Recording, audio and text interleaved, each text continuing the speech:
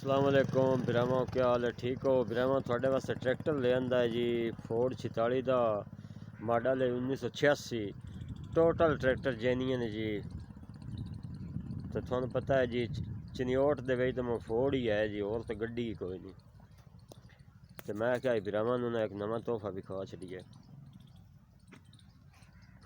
Tractor सारे जी check करो जी, 1 to R tractor सारा जेन्युइन है जी। हाँ साहब जी, गड्डी जड़ी चंगी है माशाल्लाह जी, ठीक ठाक है। अच्छा, सेल्फ स्टार्ट है, मीटर शीटर सब चलते हैं? सारा यार शौक है। अच्छा माशाल्लाह, बड़ी गल है यार, बड़ी सोहनी गड्डी है यार।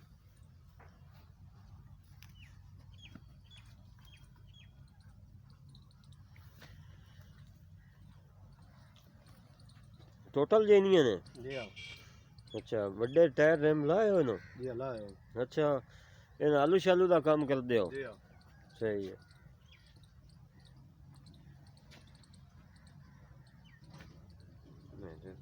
खूबसूरत बनाया है भैया पूरा पूरा।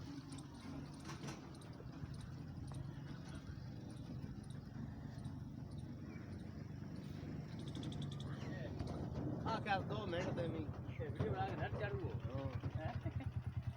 कब डॉक्टर साहब? जी हाँ,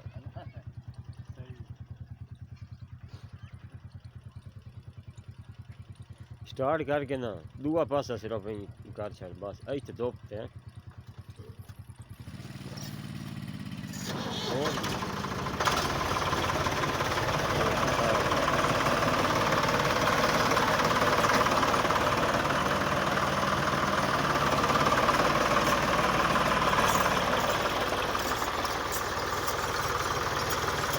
और दूसरी साइड ग्रामो ट्रैक्टर की वेट लो जी।